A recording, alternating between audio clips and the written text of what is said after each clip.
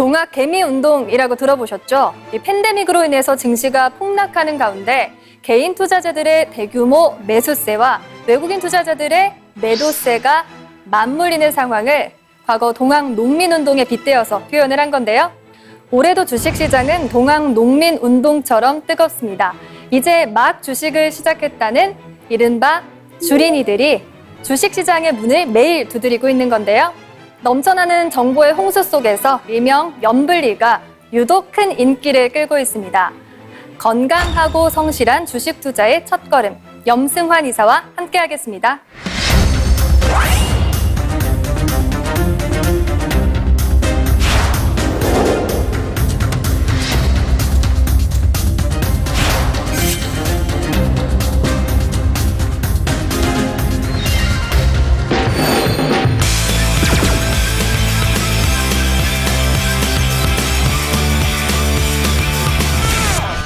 안녕하세요. 안녕하세요.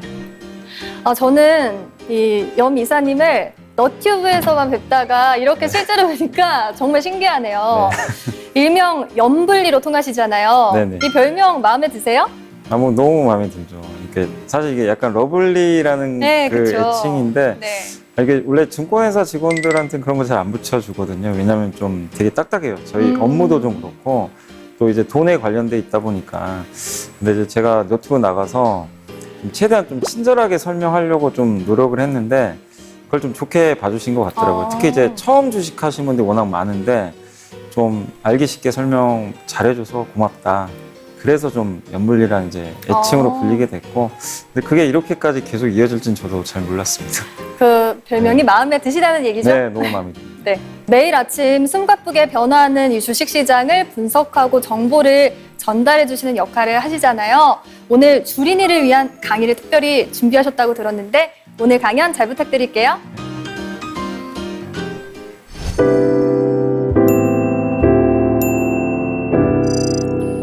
이 주식이란 게 뭐냐, 이게 사실 20년 된 분들도 사실 잘 몰라요.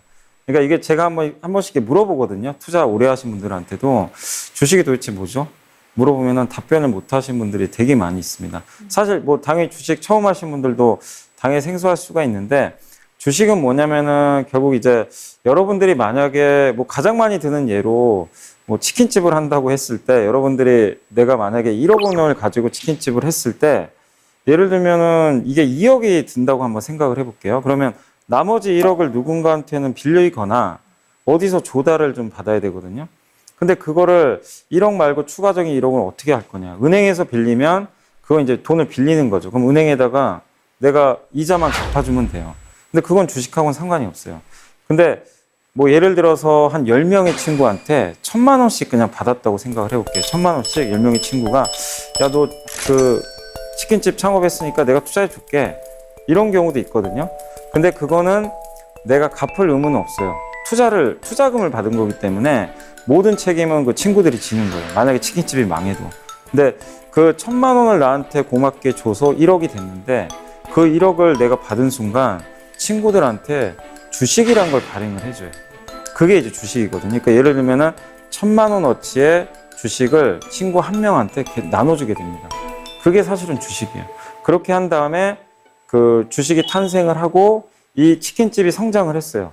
그 흔히 이제 주식시장이라고 있거든요. 이거를 이제 코스피 시장, 뭐 코스닥 시장으로 불리는데, 그거를 이제 많은 분들이 지금 매일매일 뭐 다양한 어떤 도구를 이용해서 사고 파는 거죠. 그러니까 주식이라는 거는 이제 사실 거기서부터 시작을 한다. 한마디로 주식은 기업이죠.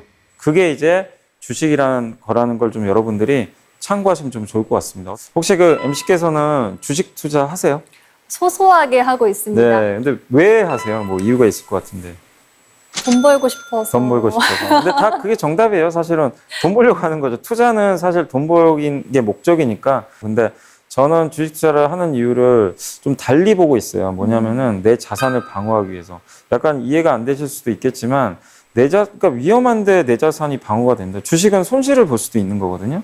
근데 왜 이 말씀을 드리냐면, 지금 은행에 여러분 계좌에 만약에 1,000만 원이 있다고 가정해 볼게요. 그 1,000만 원이 내일도 1,000만 원일까? 저는 그걸 묻고 싶어요. 아니면 1년 후에도 똑같은 1,000만 원일까요? 왜 그러냐면은 예전에 그 2004년도로 돌아가 볼게요. 그때 이제 그 압구정동에 이제 유명한 아파트가 당시에 제가 조사를 해보니까 6억 원 정도 있었어요. 지금 얼마 하냐면 30억이 넘었죠. 근데 만약에 그 6억 원을 내가 6억 원으로 갖고 있었다고 생각을 해보자고요. 지금 얼마가 됐을까요? 이자가 좀 붙어도 많아야 7억? 그 정도 됐겠죠. 그리고 삼성전자라는 기업에 내가 만약에 주식 투자를 했으면 그 6억 원이 지금 얼마가 됐냐면요. 놀라시면 안 됩니다. 60억이 됐어요. 10배가 올랐어요. 17년 만에. 근데 현금은 그대로 현금이겠죠. 액면 그대로.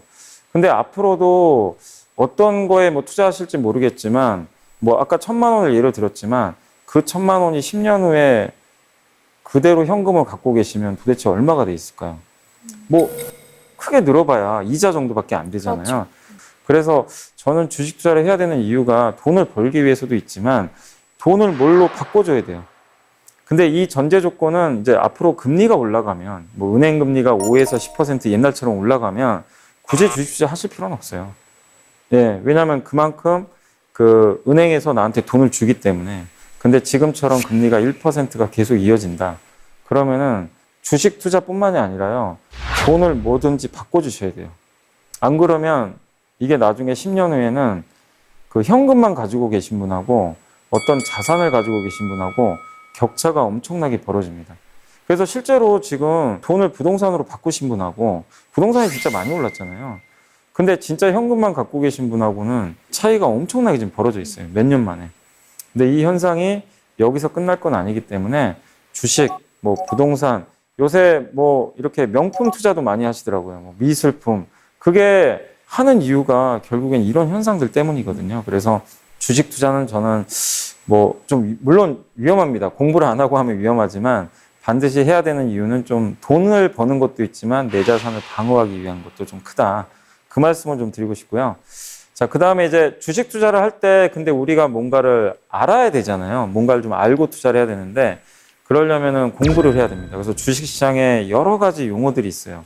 근데 그걸 다 여러분들이 외우실 필요가 없고 아, 이런 용어들을 쓰는구나. 아, 이게 이런 의미가 있구나.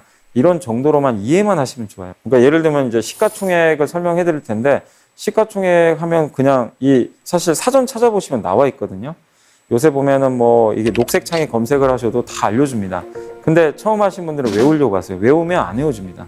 제가 오늘 설명드리는 용어는 절대 외우지 마시고 아, 이런 의미가 있구나. 이렇게 보시면 되겠고 시가총액이 뭐냐면은 기업의 그 크기예요. 그러니까 주식시장에는 현재 2,500개가 넘는 기업들이 상장을 해 있는데 그거 다 거래를 하실 수가 있어요. 근데 크기가 다 다르겠죠. 우리나라 1등 기업은 삼성전자, 뭐 다들 아시겠죠. 2등 기업이 SK하이닉스 이렇게 순서대로 좀 있는데 이 기업들을 그럼 무슨 기준으로 순서를 매겨놓냐? 그게 바로 시가총액입니다. 시가총액이 뭐냐면요. 지금 주가에다가 주식 수를 곱한 거예요. 그러니까 기업마다 주식 수가 다 달라요. 어떤 기업은 100만 주짜리 회사가 있고 어떤 기업은 1억 주가 넘어요. 삼성전자는 정말 몇십억 주가 지금 발행이 돼 있거든요. 거기에다 현재 주가를 곱하면 시가총액이 나오게 됩니다. 그러니까 한마디로 지금 이 기업의 덩치예요. 이게 가늠이 안 가실 텐데 삼성전자의 시가총액이 지금 얼마냐면요. 우리나라 1등인데 500조입니다. 500조고 2등이 아까 제가 SK하이닉스라고 했죠. 반도체 회사인데 그 회사가 80조 원이에요. 격차가 엄청나죠. 네. 근데 많은 분들이 처음 투자할 때 주가를 봐요. 삼성전자 주가가 지금 얼마냐면요. 7만 원대거든요. 근데 아까 제가 2등 기업 SK하이닉스가 시가총액이 80조라고 했는데 주가는 얼마냐면요. 지금 10만 원이 넘어요. 그러면 이제 주식을 모르시는 분은 SK하이닉스가 더 큰 기업으로 생각하세요. 주가 더 비싸니까. 그리고 LG생활건강이라는 회사 아실 거예요. 화장품 회사. 그 기업은요. 시가총액이 한 25조 정도 돼요. 20조. 근데 주가가 얼마냐면요. 140만 원이에요. 그럼 이제 처음 투자하신 분들은 아, LG생활건강이 우리나라 제일 큰 회사인가 보다. 이렇게 생각하실 수도 있어요. 그래서 그거는 그냥 단지 액면 주가일 뿐이지 회사의 크기를 나타내는 건 시가총액입니다. 그래서 항상 시가총액을 염두에 두시고 아, 삼성전자가 지금 시가총액이 이 정도고 내가 투자한 기업들이 있을 거예요. 뭐 그게 어떤 기업이 될지 모르겠지만 아, 이 기업은 1,000억짜리 회사구나. 그래서 주가를 보지 마세요. 주가를 보지 마시고 시가총액 보시고, 참고로 우리나라 전체 기업을 다 합친 시가총액이 2,500조 정도 되거든요. 다 합치면. 근데 놀랍게도 애플 아시잖아요. 애플이란 기업이 이제 전 세계 1등 기업인데 그 기업의 시가총액이 2,800조입니다. 우리나라 전체보다 한 종목이 더 많아요.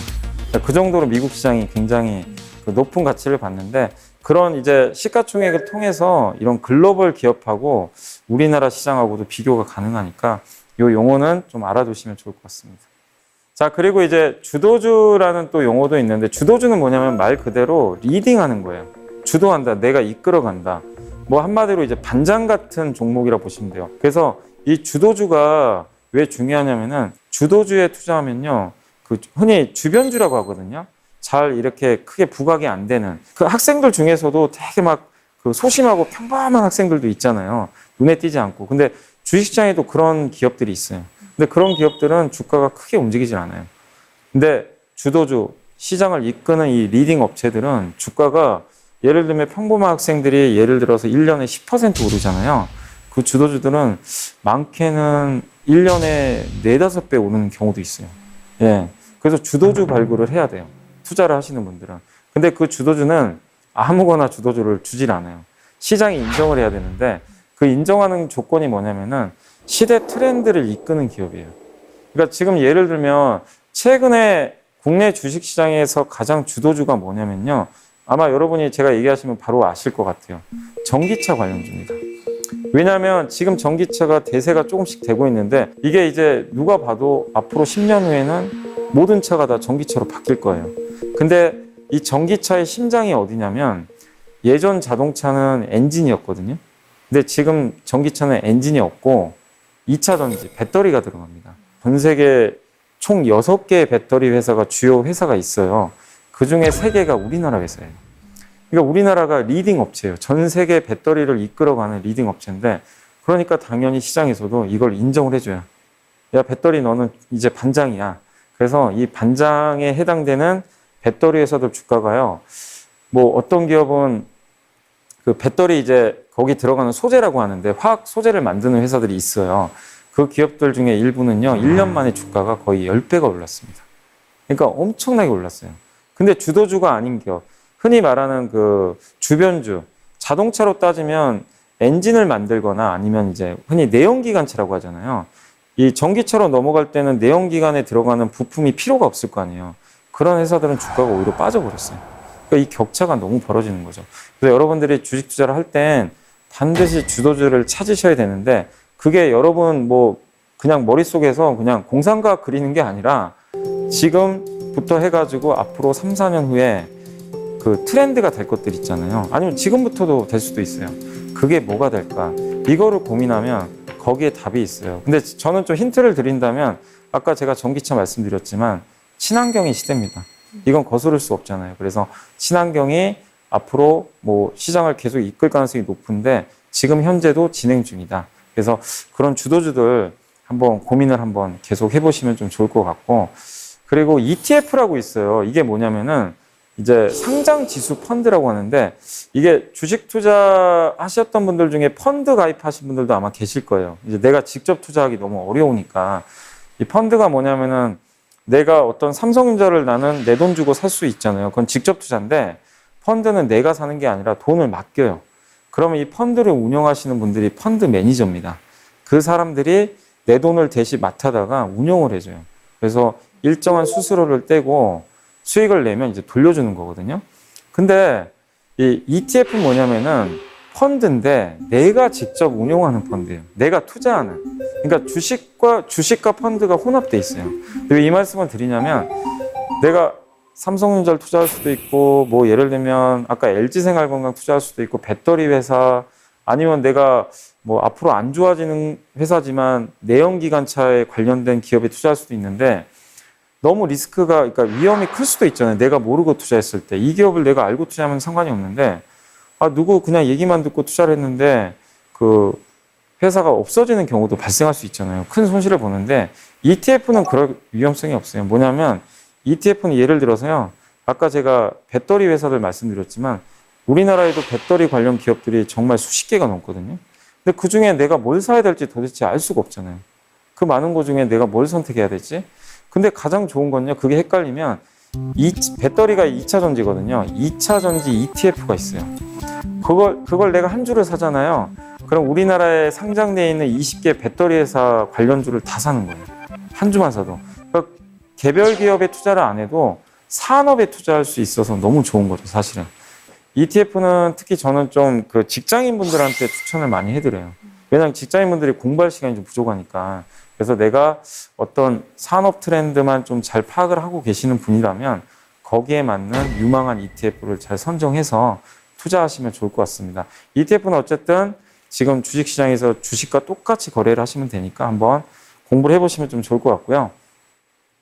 자, 그 다음에 이제 경기 민감주라고 있는데 이게 뭐냐면 말 그대로 민감해요. 경기가 좋을 때만 돈 버는 기업이에요. 그러니까 경기가 좋으면은 주가가 몇 배씩 가기도 합니다. 근데 경기가 불황이 오잖아요. 그러면은 적자를 봐요. 돈을 못 봅니다. 그래서 주가가 반토막 나는 경우가 있어요. 가장 대표적인 회사가 어느 회사냐면은 그 2008년도에 이제 금융위기 터지기 전에 우리나라 조선 회사들이 주가가 거의 10배 올랐거든요. 근데 그 기업들이 지금 어떻게 됐냐면요. 지금 10년이 넘었잖아요. 거의 뭐 예를 들어서 10만 원짜리라고 가정을 해볼게요. 당시에. 지금 얼마까지 왔냐면은 2만 원 정도. 왜냐하면 그때 조선 경기가 너무 좋았어요. 근데 지금은 조선 경기가 안 좋아지면서 또 중국이란 나라에서 조선을 같이 하니까 이게 경쟁이 치열해지면서 주가가 완전히 무너졌습니다. 그러니까 경기 민감주는 경기가 좋을 때는 너무나 많은 수익을 낼 수 있어서 좋은데 내가 잘못 투자를 했을 때, 예를 들어서 최고 경기가 좋을 때, 최고의 이제 지금 경기가 너무 좋을 때 사시면 더 이상 좋을 수는 없어요. 빠지는 일만 남았죠. 그때 투자를 하신 분들은 정말 어마어마한 손실을 볼 수밖에 없거든요. 근데 최근에 이제 조선주들이 좀 주가는 괜찮아요. 왜냐하면 드디어 조선 경기가 조금씩 좋아지고 있고 코로나19가 끝나면서 경기가 좀 좋아지니까 예, 조금씩 회복되는데 아무튼 경기 민감주라는 거는 경기에 반응하는 좀 굉장히 민감하게 반응하는 그런 기업들입니다. 그래서 대표적으로 화학주들 있죠. 화학, 철강, 뭐 건설, 그 다음에 이제 기계 회사들도 있고 이 배 만드는 조선, 또 항공주들 있죠. 항공, 해운 이런 기업들이 이 경기 민감주에 속해 있으니까 참고를 하시고 이런 기업들은 팁을 드리면 정말 다 망해갈 때 투자하셔야 돼요. 경기가 최악일 때. 더 이상 나쁘기 어려울 정도로 막 회사가 막 쓰러지고 이럴 때가 거의 바닥이거든요. 그래서 그럴 때 투자를 하시면 좀 좋을 것 같고 그 다음에 경기 방어주는 뭐냐면은 민감주랑 반대입니다. MC님은 그 통신주는 어떨 것 같으세요? 생각을 딱 해봤을 때. 통신주요? 네. 저희가 계속해서 통신을 쓰니까 네. 떨어지진 않지 않을까요? 네, 맞습니다. 그러니까 통신주가 대표적으로 경기 방어주예요. 그러니까 민감주랑 전방대로 경기 방어주는 그러니까 내일 당장 우리나라에 뭐 예를 들어서 IMF가 온다고 쳐볼게요. 외환위기가 와도 돈을 꾸준히 벌 회사. 그러니까 어떤 위기가 와도 흔들리지 않을 회사. 그걸 경기 방어주라고 합니다. 그러니까 통신회사 제가 물어본 이유가 통신회사는 우리가 내일 당장 나라가 힘들어져도 통신료는 내야 돼요. 그렇죠? 예. 전환을 해야 되니까. 그런 기업들입니다. 또 하나가 더 있죠. 우리 매일 가스 쓰고 전기 쓰잖아요. 그럼 거기 관련된 이 전력회사, 가스회사, 여기도 경기 방어주예요. 경기랑 상관이 없는 거. 그럼 얘기를 들어보시면, 경기 방어주에 투자를 해야 되겠는데, 이거 너무 좋은 거 아니야? 망할 일도 없고. 근데 한정이 있습니다. 시장에서는 경기 방어주를 잘 인정을 안 해요. 너네들 돈 많이 버는 거 아는데, 매년 똑같이 벌어요. 그러니까 시장은요, 앞으로 좋아지는 거를 인정을 해요. 매년 똑같은 건 인정을 잘 안 해요. 그래서 주가가 되게 싸요. 싸고 망할 일도 없는데 문제는 주가가 잘 안 움직여요. 그래서 그게 함정이 있어요. 대신에 이 주식 투자할 때 또 우리가 그 수익 낼 수 있는 방법 중에 하나가 배당을 주거든요. 회사가 예를 들어서 1년에 1억을 벌잖아요. 그러면은 2천만 원 정도를 주주들한테 나눠주는 경우가 있어요. 근데 경기방어주는 제가 말씀드린 돈을 잘 번다고. 그래서 배당을 많이 줘요.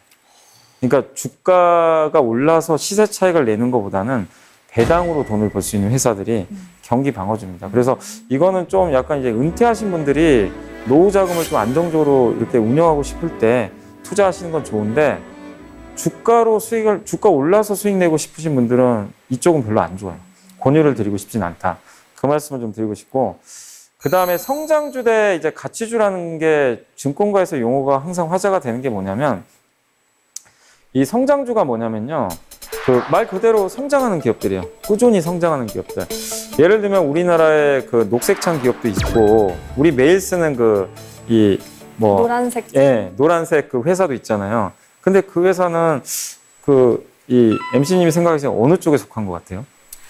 성장주와 성장주 가치주 중에서요? 네. 글쎄요. 어려운데 네. 가치주? 아니, 성장주입니다. 틀렸네요. 왜냐하면 계속 성장을 해요. 이 기업 자체가 우리가 매일 쓰잖아요. 매일 쓰는데 경쟁자도 없어요. 거의 독점이잖아요. 그래서 매일매일 성장을 하고, 그러니까 이거죠. 오늘도 성장하는데 내일도 성장하고 1년 후, 2년 후에도 성장할 것 같다. 그러면 성장주로 인정을 해줘요. 그럼 말 그대로 성장주는 시장에서 엄청나게 높게 평가를 받아요. 주식시장은 특징이 하나가 있는 게 미래를 반영해요. 지금 현재를 반영하는 게 아니라 앞을 반영을 하거든요. 그럼 당연히 성장하는 기업에 더 높은 점수를 주겠죠. 그래서 성장주가 좋은데 문제는 비싸요. 그래서 되게 비쌉니다. 근데 단점은 뭐냐면 이 성장하는 기업이 성장이 언젠가는 갑자기 꺾일 수도 있잖아요. 회사가 영원히 성장하진 않거든요. 그러면은 주가가 부러져 버립니다. 예. 그리고 가치주는 뭐냐면은 이제 가치주 하면 되게 좀 뭔가 있어 보이잖아요. 근데 주식시장에서 말하는 가치주는 물론 가치가 있는 기업은 맞는데 그 성장주랑 대비되는 개념으로 좀 싼 주식들 있죠. 아까 말씀드린 뭐 그런 기업들이 좀 해당돼요. 뭐 경기 방어주도 들어갈 수 있고 좀 상대적으로 가치가 좀 저평가된 기업들. 근데 이유가 있어요. 저평가된 기업들은 그만큼 미래 성장이 불투명한 기업들이 있어요. 아, 이게 내년에 좋아질까? 예. 내년에 그러니까 아까 조선주 말씀드렸지만 선박수주가 내년에 잘 되려나? 우리 사실 좀 불확실하잖아요. 잘 될 수도 있지만. 근데 내년에도 내가 그 노란색 채팅창을 쓸까? 내년에도 쓰겠죠. 그러니까 이게 명확하게 그림은 그려지거든요. 그래서 가치주는 그래서 싼데 대신에 이 가치주가 갑자기 성장주가 될 수도 있어요. 예. 약간 제가 조선주를 예를 들었는데 아직은 가치주거든요. 근데 이 선박도요, 선박에서 이산화탄소가 많이 배출이 되잖아요. 그러니까 이걸 규제를 하거든요. 그러면 친환경 선박으로 바꿔야 돼요. 선박도. 근데 그 선박이 거의 우리나라가 거의 절대적으로 잘 만든다고 하더라고요. 친환경 선박은. 앞으로 그러면 우리가 딱 생각을 해봤을 때 몇 년 후에는 친환경 선박으로 바뀔 텐데 이 많은 배들이. 그럼 우리나라 기업들이 수주를 많이 받겠구나. 그럼 어떻게 되죠? 지금은 가치주인데 성장주가 될 수도 있는 거예요. 그러니까 항상 투자를 하실 때 이 고민을 해보세요. 가치주인데 성장주가 될 수 있는 뭐가 있는 기업인지. 이렇게 한번 생각을 해보시면 투자할 때 미래가 좀 보일 수가 있는 거거든요. 그래서 보다 좀 손쉽게 투자할 수 있으니까 한번 고민을 해보시고. 자, 그리고 이제 배당인데 말 그대로 배당은 이제 회사가 주주들한테 보너스를 주는 거예요. 치킨집에 투자했던 친구들한테도 내가 돈을 벌었으면, 그러니까 친구들이 나한테 투자해서 고맙잖아요. 그래서 이익의 일부를 배당을 하게 됩니다. 그래서 배당 성향이라고 있는데 뭐냐면은 배당 성향이 예를 들어서 10%면 이 회사가 1년에 100억을 벌었다고 칠게요. 100억을 벌었는데 그중에 10%를 주주들한테 배당으로 주는 게 배당 성향이에요. 10억을 주는 거고, 만약 예를 들어서 배당 성향이 100%다. 100억을 다 나눠주는 거예요. 근데 그런 기업은 사실은 없어요. 이 세상에. 없는데 어떤 기업들은 60% 주는 기업도 있고 그 다음에 진짜 안 주는 기업도 있어요. 적자 기업은 배당을 못 줍니다. 번 돈에서 주는 거예요. 그래서 그 아까 말씀하신 대로 통신주들이 배당을 되게 많이 줘요. 돈을 많이 버는데 그렇다고 뭐 이 돈을 주주분들의 주가가 올라가지 못하다 보니까 주주들한테 뭔가 보상은 해줘야 되거든요. 그래서 배당을 많이 주는데 흔히 이제 배당을 그럼 내가 뭐 주식을 많이 갖고 있겠지만 내가 그러면 1년에 이 기업을 투자했을 때 도대체 배당으로 몇 프로 이익을 낼 수 있을까? 그거를 배당 수익률이라고 그래요. 근데 지금 은행의 예금 금리가 1%인데 우리나라 그러니까 평균적으로 배당 수익률이 한 2% 정도 돼요. 근데 어떤 기업은요, 1년에 배당을 8% 주는 기업도 있어요. 되게 다양해요. 그래서 사실 제가 증권사에 근무하고 있지만 저희 뭐 그 회사를 얘기하는 게 아니라 일부 경쟁사는요, 진짜 배당만 1년에 7% 주는 회사들이 몇 개 있어요. 많이 주네요. 네, 굉장히 많이 주죠. 근데 그런 기업에 투자하면 사실 주가 올라가면 올라가서도 좋지만 매년 내가 보너스 받는 기분이잖아요. 그것도 은행 이자에 몇 배나 되는 돈을. 그렇죠. 그리고 금융에서는 잘 망하질 않으니까. 그래서 배당을 많이 주는 기업들도 한번 여러분들이 지금 내가 좀 차라리 은행에 넣기에는 너무 이자가 적고 근데 주식 투자하기에는 좀 너무 위험한 것 같고 그런 분들은 앞서 설명드린 대로 경기방어주를 찾아보세요. 차라리 은행 예금을 그걸로 바꾸는 것도 저는 좀 좋은 투자 방법이다 라고 좀 말씀을 드리겠습니다.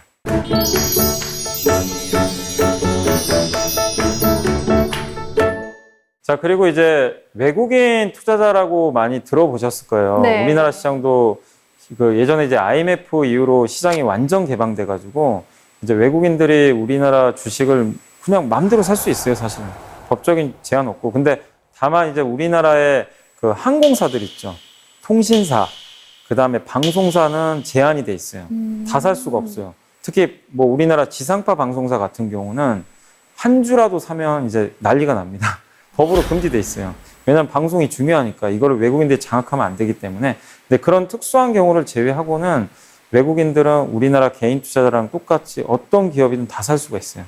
자유로운데, 근데 외국인 투자자들은 주로 개인 투자, 외국인도 개인들이 있어요. 각각의 뭐 미국의 스미스 씨가 있을 수도 있고 한데 대부분의 우리 이제 한국에서 생각하는 외국인 투자자는 한마디로 외국의 기관 투자자라고 생각하시면 돼요. 그러니까 그 펀드 매니저 같은 펀드를 운영하는 막 수천억, 수조 원에 달하는 펀드를 운영하는 그런 그 펀드에서 주로 우리 한국에 투자를 많이 하거든요.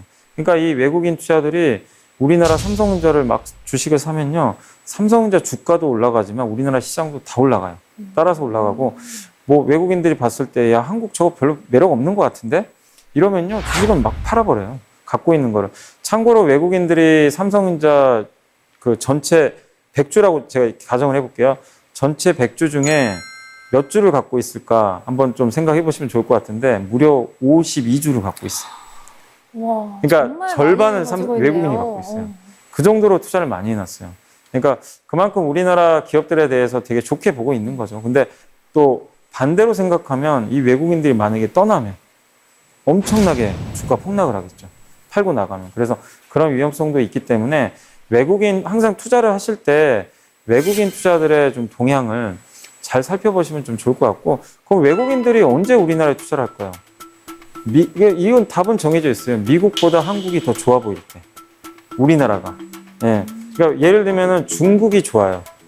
미국 사람들이 봤을 때 중국이 좋으면 중국의 경제가 좋으면 그 옆에 있는 우리나라도 좋거든요. 왜냐면 수출을 많이 하잖아요. 그럼 외국인들이 딱 봤을 때 중국이 좋아? 거기에 수출하는 한국도 좋겠다. 실제로 그래서 투자를 많이 합니다. 근데 예를 들어서 중국이 너무 지금 상황이 안 좋아요. 근데 미국은 좋아요.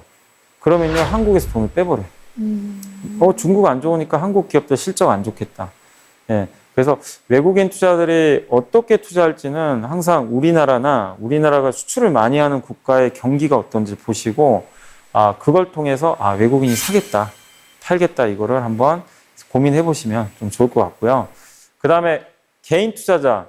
아까 이제 서두에 이 방송 설명하실 때 동학개미 운동 말씀하셨잖아요. 네. 사실은 개인 투자분들이 지금 뭐 저도 딱 잘라서 말씀드리고 싶은 거는 주인공입니다. 근데 지난 몇십 년간 주인공인 적이 단 한 번도 없었어요. 항상 주변에 있었어요. 개인 투자들이. 그냥 외국인과 기관이 시장을 다 좌지우지했습니다. 예, 힘도 없었고 MC님도 아시겠지만 지난 몇 년간 보면은 주식에 뭐 주자 꺼내기도 솔직히 쉽지 않았어요. 관심도 없었지만 주식은 도박이라는 인식이 너무 강했어요. 그래서 개인 투자분들도 자기가 투자를 해도요, 어디 가서 쉽게 얘기를 잘 안 하세요. 맞아요. 예. 근데 갑자기 바뀌었어요. 작년에 동학개미 운동이 펼쳐지면서, 이거 너무 저금리고 시장은 폭락했는데, 일단 이게 또 한 10년 만에 찾아오는 기회 같기도 하고, 그래서 개인 투자분들이 또 뭐 방송에서도 워낙 좋은 얘기들이 나오다 보니까 또 공부를 하셔가지고 시장에 들어왔는데, 이게 그냥 한 몇 달 이러다 말 줄 알았거든요. 왜냐면 이런 적이 몇 번 있었어요. 잠깐 2, 3개월. 과거에도. 그리고 다 흐지부지 됐는데 이번엔 다르더라고요. 벌써 지금 1년이 넘었어요. 지금도 개인 투자분들은 여전히 돈을 들고 주식시장에 들어오고요. 작년하고 올해까지 지금 개인 투자분들이 주식을 산 게 140조 원을 샀습니다. 무려. 그 예탁금이라고 있어요. 예탁금이 뭐냐면은 주식을 사려면요, 증권 계좌를 튼 다음에 내가 돈을 넣어야 돼요. 예를 들어 내가 1,000만 원 넣었죠. 그걸 예탁금이라 그래요. 근데 내가 그거를 주식을 사면 예탁금은 없어져요. 그래서 주식을 사려고 노는 돈이 예탁금인데 예탁금은 40조가 늘었어요. 1년 만에. 그러면 180조 원에 달하는, 이게 저도 상상이 안 되는 돈이 들어온 거예요.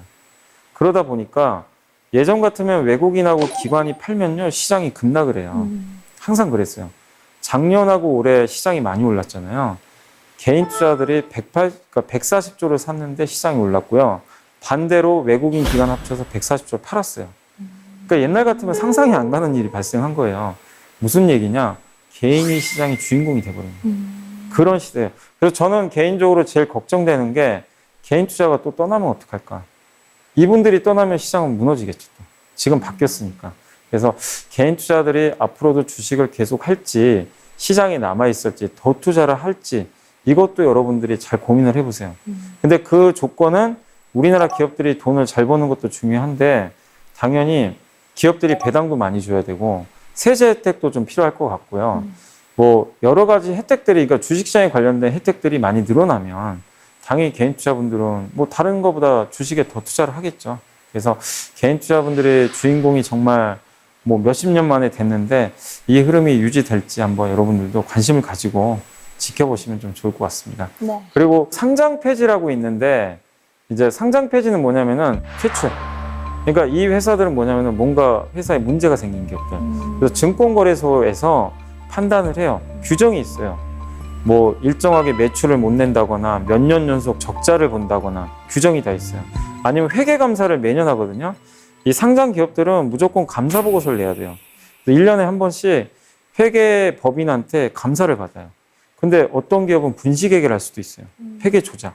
그게 걸리면 그 감사 보고서에 그걸 표시를 해줍니다. 그럼 그 기업은 바로 거래가 정지되고 상장 폐지당해요. 그럼 나가야 돼요. 회사가 부도나는 건 아닌데 상장 폐지는 주식시장 안에서 거래를 할 수가 없어요. 그럼 예를 들면 1,000원이던 주가가 저게 결정이 되잖아요. 어떻게 되면 바로 100원으로 가요. 어마어마한 손해를 봅니다. 그리고 회복이 안 되고 시장에서 나가게 되죠. 그럼 거래하기도 힘들겠죠. 내 원금이 거의 없어지는 거예요, 사실은. 그만큼 무서운 거니까 저걸 피하는 방법은 가장 간단한 건 뭐냐면 내가 무조건 잘 아는 기업, 그리고 꾸준히 돈을 버는 기업. 근데 남의 소문만 듣고 재무제표도 안 보고 적자를 막 보고 있는데 그런 기업 투자했는데 저게 갑자기 상장 폐지가 득 뜨면 어떻게 될까요? 내 피 같은 돈이 다 없어지는 거예요. 근데 상장 폐지는 주로 언제 되냐면 3월에 많이 돼요. 왜냐면 3월 달에 감사 보고서를 그때 내요. 그래서 감사 보고서에서 적정 의견을 받으면 상관이 없는데 갑자기 의견을 못 낸다는 의견 거절, 뭐 비적정, 뭐 부적정, 뭐 이런 의견들이 있거든요. 그게 감사 보고서에 딱 써 있는 순간 바로 거래가 정지되고 증권거래소는 상장 폐지 절차에 들어가요. 물론 모든 기업들이 거래 정지된다고 상장 폐지되는 건 아닌데 그래서 3월 달에 그런 이슈가 많으니까 특히 3월 달에 여러분들이 주식을 갖고 있으면 내가 잘 모르거나 적자난 기업, 이런 기업들은 좀 피해서 투자를 꼭 해보시면 좀 좋을 것 같습니다.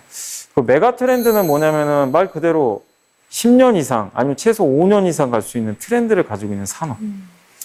앞서 설명드린 대로 그 배터리, 전기차 배터리. 요새 그리고 가장 핫한 것 중에 하나가 뭐죠? 우리나라가 수소.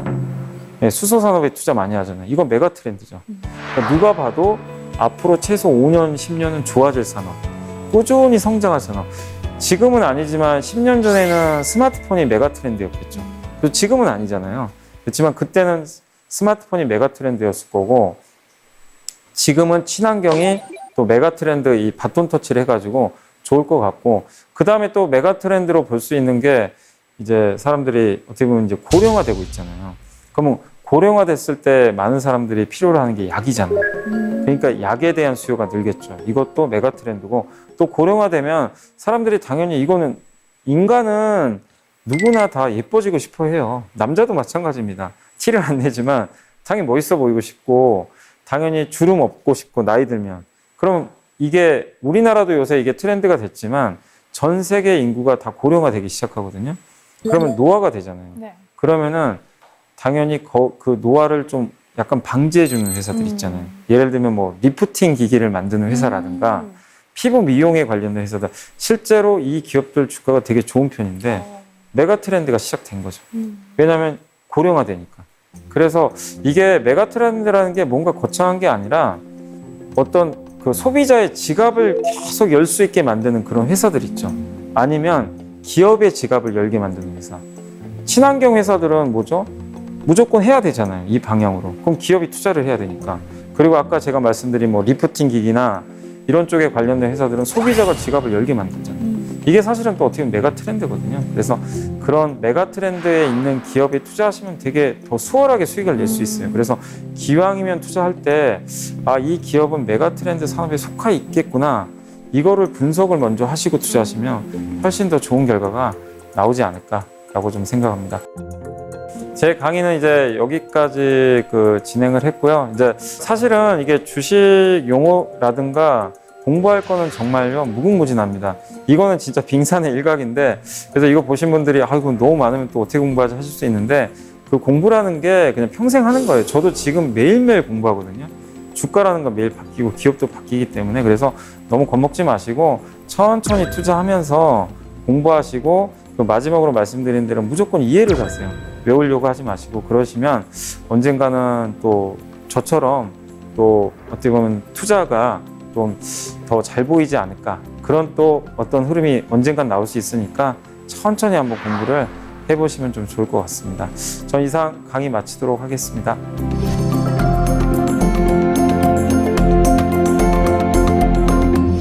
아우, 강연 너무 재밌게 잘 들었습니다. 원래 경제 뉴스 하면 좀 어렵게 느끼시는 분들이 많잖아요. 네. 그런데 이렇게 이사님께서 핵심만 꼭꼭 이렇게 짚어가지고 이야기를 해주시니까 정말 이해가 쏙쏙 되네요. 그런데 이게 주식 투자를 하려고 정보를 찾아보면 정보의 홍수라고 느껴질 정도로 너무 많은 정보가 있단 말이죠. 그래서 이 주린이들 같은 경우에는 어떻게 좀 정보를 선별하면 좋을까? 비법이 있을까요? 정보를 선별하기 위해서는요, 사실 저도 하루에도 엄청난 정보를 받고 뭐 뉴스도 있고 리포트도 있고 정말 많잖아요. 뭐 별의별 일도 다 나오고 하는데, 그걸 주린이 분들이 선별을 당장은 할 수는 없어요. 그걸 하기 위해서, 그래서 사실 주식 투자 공부를 하는 거예요. 내가 공부를 해야 그 정보가 진짜인지 가짜인지 내가 스스로 판별해 주거든요. 근데 그걸 누구도 사실 알려주긴 힘들어요. 실시간으로. 내가 직접 그걸 판단을 해야 되는데, 그래서 계속 경험을 하시는 수밖에 없어요. 너튜브 채널도 있을 거고, 증권사 보고서도 있고, 그러니까 정보를 받는 루트는 되게 다양하잖아요. 뭐 신문, 우리가 그냥 그 활자 신문도 볼 수도 있는 그렇죠. 거고, 네. 예. 그래서 되게 많은데 그 많은 것들 중에서 나한테 맞는 거를 내가 걸러내야 되거든요. 근데 하시는 수밖에 없어요. 어떤 분은 신문이 맞는 분도 계세요. 제 주변에도 신문만 보고 투자하셔서 수익 내신 분도 진짜 계시고, 아니면 너튜브를 어떻게 공부하시냐면요, 유튜브에 어떤 그 전문가가 나와서 네. 예를 들어서 배터리 산업을 설명을 하잖아요. 정말 전문가가 나와서 해줘요. 그럼 그걸 캡처를 하세요. 그 구조를 캡처해서 자기가 보고서를 만들어요. 그런 분도 계세요. 네, 그러니까 꼭 어느 게 정답인지 몰라요. 근데 그거를 나한테 맞는 식으로 본인이 큐레이팅이라고 하잖아요. 큐레이터가 돼가지고 자기가 스스로 판단을 해야 돼요. 근데 그러려면 기본적인 지식을 내가 갖춰야 될 거 아니에요. 그거는 책을 봐도 되고, 다양한 진짜 공부를 하셔야 돼요. 직접 투자도 하시면서. 정도가 있는 건 아닌 것 같고, 그래서 저는 꼭 한 가지, 그러니까 많은 분들이 무조건 책으로만 공부해라, 그런 분들도 사실 계세요. 근데 저는 꼭 그런 건 아닌 것 같고, 정말 수많은 매체들이 있기 때문에 그걸 다 한 번씩은 경험을 다 해보세요. 어떤 거든 간에. 다양한 네, 매체들. 다양한 매체들을. 그게 좋다 나쁘다의 판단은 여러분이 하시면 돼요. 직접 경험해가지고 본인한테 맞는 거 한두 개 딱 하시면, 그러면 그게 딱 나한테 맞잖아요. 그럼 거기에 집중하세요. 이제 그것만. 신문이 맞으면 신문만 집중하시고, 아, 나는 책을 보고 큰 그림을 그리니까 잘 맞더라. 책에 집중하시고 하나 더 추가만 하시면 될 것 같아요. 그래서 어느 게 정답인지는 여러분들이 한번 좀 계속 경험하시면서 알아내시면 좋을 것 같습니다. 그런데 저는 갑자기 궁금해지는 게, 이사님이 어떤 계기로 이 주식을 시작하게 되셨는지 좀 네. 궁금해요. 또 이 이사님도 주린이 시절이 있으셨을까? 또 그것도 네. 궁금한데요. 아니, 뭐 주린이뿐만 아니라 주생아부터 시작했죠, 사실은. 신생아. 주생아. 네, 그러니까 다 비슷할 거예요. 저도 정말 완전 까만 놈부터 시작을 했고, 처음 시작하게 된 계기는 이제 제가 군대를 이제 제대를 했는데, 그때 이제 복학하기 전까지 시간이 좀 남아있잖아요. 근데 아버지가, 저는 깜짝 놀란 게요. 아버지가 주식수를 하고 계시더라고요. 오. 생전 안 하시던 분인데, 그때 왜 그러냐면 그때 한참 이제 우리나라 IT 붐이, 버블이 생길 때였는데, 정말 그때 주식 투자 많이들 하셨던 걸로 제 기억이 나요. 그래서 우리 아버님도 하셨고 저한테 권유를 하시더라고요. 근데 저희 아버지가 저한테 돈을 주시는 거예요, 갑자기. 오. 해보라고. 주식을 해보라고? 예, 그냥 해보라고. 근데 이제 아버지도 사실 주식 투자를 잘 하시는 분이 아니고 정보만 받으셨던 거예요. 주변에 뭐 지인분들한테. 그 정보를 알려주면서 해봐라, 한번. 그래서 그대로 해봤어요. 그러니까 뭐 매수가 뭔지 매도가 뭔지도 몰랐어요. 그래서 그냥 똑같이 해봤어요. 따라서 이거 사라고 해서 아, 이게 매수고 이게 매도구나. 그랬는데 그걸 제가 이제 그때 큰 돈이었죠. 사실 저한테는 500만 원 가지고 시작을 했거든요. 네. 그게 3천만 원까지 간 거예요. 처음 투자를 했는데요. 아, 진짜 깜짝 놀랐어요. 이렇게 돈 벌기가 쉬운 게 있나? 와. 그래서 밤에 잠잘 때 이제 그 행복한 상상을 계속 한 거죠. 야, 나 이제 건물주 되겠다. 이제 이렇게 계속 네. 갈 거다. 근데 역시 이 세상에 공짜는 없더라고요. 그 이제 정보를 주시는 지인분이 또 정보를 또 줬어요. 근데 그 아직도 저는 그 회사 이름이 기억나요. 제가 얘기할 수는 없지만 투자를 이제 3천만 원 다는 거예요. 근데 아까 올인을 하셨군요. 네, 아까 우리 한번 배웠죠. 상장 폐지.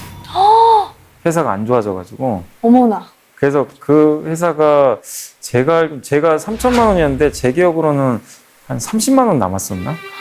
그랬던 걸로 제 기억이 나요. 다 잃은 거죠, 사실. 그래서 30만 원 남고 이제 주식시장 떠났죠, 그냥. 아이고, 어떻게 하겠어요. 그러실만 의욕이 했네요. 그래서 아무것도 안 하고 이제 대학 생활을 하고 있었는데 우연히 대학교 도서관에서 주식책이 딱 보이는 거예요. 그걸 본 게 저희 인생을 바꿨던 것도 같아요, 사실은. 근데 주식책이 좀 여러 개가 있잖아요. 한 권을 딱 꺼내 들었어요. 꺼내 들었더니만 어떤 투자자예요. 일기를 쓴 거예요. 자기 주식 일기에. 오늘은 어땠고, 나는 얼마를 벌었고, 미국에서 무슨 일이 있었고, 우리 한국 주식시장은 어땠고. 근데 이게 소설 같은 거예요. 읽어봤는데 너무 재밌는 거예요. 한 두세 번 읽어봤거든요. 그걸 읽고 나니까 다시 하고 싶더라고요, 투자를. 그래서 도서관에 있는 책들을 다 읽어봤어요. 주식에 관련된? 게. 그때 뭐 유명한 책들도 많이 나올 때니까 뭐 워런 버핏 책도 있었을 거고 뭐 재무제표라든가 이런 책들이 되게 많았는데 읽으니까 재밌어요, 너무. 그래서 안 되겠다. 그러고 다시 주식 투자를 또 하기 시작했고 그리고 이걸 업으로 삼아보자. 근데 저도 그런 식으로 투자 세계에 발을 디뎠고 그리고 저는 좀 이렇게 공부를 해가지고 지금은 이렇게 좀 됐습니다. 어떻게 보면은 아버님 덕분에 이 아버님께서 주신 500만 원 덕분에 네. 이 길을 들어오셨고 네, 또 맞습니다. 초심자의 행운도 맛보셨고 좀 나락으로 떨어지는 것도 경험을 하셨고 경험해봤습니다. 그래서 이제 공부를 하시면서 이 길로 접어들게 네, 되신 것 같아요. 요즘에는요, 이 부모님들이 자녀들하고 함께 주식 공부를 하시는 분들이 많다고 해요. 그런데 이런 어린이들 같은 경우에는 몇 살 정도의 얼마 정도의 금액으로 주식 투자를 시작하는 게 적당할까요? 근데 일단 그거에 앞서서 저는 그 자녀분들이 있으면 자녀분들하고 충분히 한번 얘기를 하신 다음에 하시면 좋을 것 같아요. 왜냐하면 주식 투자는 저는 해야 된다고 생각하는 사람 중에 하나지만 사실 미국은 사실 거의 전 국민이 다 하거든요. 주식 투자는 굉장히 활성화되어 있어요. 근데 우리나라는 좀 약간 예전부터 너무 도박이라는 인식 때문에 좀 그러긴 했지만 지금은 시대가 바뀌긴 했어도 주식의 위험성이 있잖아요. 도박처럼 하다가 결국에는 돈을 다 잃게 되고 그리고 돈을 또 만약에 어린 친구들이 뭐 운이 좋아가지고요 돈을 많이 벌 수도 있거든요. 그러면 이게 돈에 대해서 너무 또 경시를 하게 돼요. 이렇게 돈 버는 게 쉬워? 그러면 공부도 안 하게 되겠죠. 나는 이렇게 주식자로 돈 벌면 되는데. 너무 어릴 적부터. 그러니까 그런 문제가 또 생길 수도 있어요. 그래서 저는 주식 투자에 앞서서 돈부터 공부를 하셨으면 좋을 것 같아요. 돈에 대한 개념부터. 네, 개념부터. 네. 그게 더 중요한 것 같아요. 그 다음에 주식이 있는 건데 너무 주식부터 가르치게 되면 이게 관념 자체가 그렇죠. 그냥 너무 좀 투기적으로 생각할 수도 있는 거거든요. 그래서 나중에 그 아이의 인생에도 안 좋은 영향을 끼칠 수 있어요. 그래서 처음에 주식을 권유하고 싶으시면 충분히 한번 대화를 해보시고 그리고 사실 저는 제 딸이 있는데 저도 이제 주식 투자를 한번 해보려고 권유를 하려고 했어요. 근데 저희 딸은 관심이 없대요. 근데 그런 경우는 하지 마세요, 억지로. 아니, 관심 없는데 뭐하러 굳이 하세요? 나중에 커서 해도 돼요. 절대 안 늦습니다. 근데 만약에 아이가 뭐 생각이 있어요. 얘기를 해봤더니만 돈에 대한 이제 그런 위험성이나 이런 것도 충분히 교육을 하셨고, 그러면 이제 주식으로 나가면 되잖아요. 그럴 때 처음 하실 게 뭐냐면은 반드시 아이랑 대화를 하셔서 제일 관심사를 하나 알아내세요. 아이의 관심사요? 관심사. 예를 들면 아이가 그 아이돌 그룹을 좋아해요. 네. 뭐 정말 유명한 오빠를 좋아한다. 그렇게 하면은 엔터사를 알려주세요. 그 기획사 있잖아요. 그러면 아이가 당연히 관심을 갖습니다. 우리 오빠가 여기 소속돼 있었어? 근데 주가를 보여줘요. 야, 너네 오빠가 이렇게 공연을 잘해서 돈을 이렇게 벌어줬어. 그랬더니 주가가 이렇게 올라갔어. 근데 너가 만약에 여기에 투자했으면 너는 오빠를 좋아하는 마음으로 물론 투자를 했겠지만 너도 돈을 버는 거야. 좋은 기업에 투자했더니. 그러면 훨씬 관심을 금방 갖게 되거든요. 근데 이 아이가 그 전혀 관심도 없는 그런 분야들 있잖아요. 예를 들면 아이가 반도체 잘 모를 거 아니에요. 그렇죠. 반도체 회사, 야, 삼성전자가 세계 1등이야. 그럼 얘 알려줘요. 전혀 관심 안 갖습니다. 그러니까 이게 그 아이들한테 항상, 그러니까 이건 사실은 꼭 아이만 그런 게 아니라요. 처음 주식 배우시는 분도 사실 좀 비슷하다고 봐요. 자기가 가장 관심 있는 거. 예, 가장 많이 지출하는 거 있죠. 본인이. 나는 매일, 예를 들어서 나는 뭐 매일 뭐 편의점에 간다. 그럼 편의점에서 주식을 관심 있게 보시는 것도 하나의 좋은 방법이고 되게 많잖아요. 내가 매일매일 쓰는 것들. 그것부터 한번 회사를 천천히 알려주고 주가가 어떤 식으로 올라가게 되고 어떤 식으로 회사가 돈을 벌게 되고 내가 투자하면 어떤 보상을 받게 되고 그거를 이런 식으로 알려주시면은 훨씬 더 쉽게 이렇게 배울 수가 있으니까 그렇게 한번 좀 권유를 해보시면 저는 좋다라고 생각합니다. 그러니까 어린이의 주식 투자는 필수는 아니고 이 돈에 대한 개념부터 네. 확실히 정립한 후에 관심 분야에 투자하도록 유도를 해주는 네, 게 맞습니다. 좋다. 이런 말씀이시죠? 네, 앞으로도 주린이들의 이런 친근한 친구가 계속 되어주셨으면 좋겠어요. 오늘 강연 정말 감사드립니다. 감사합니다.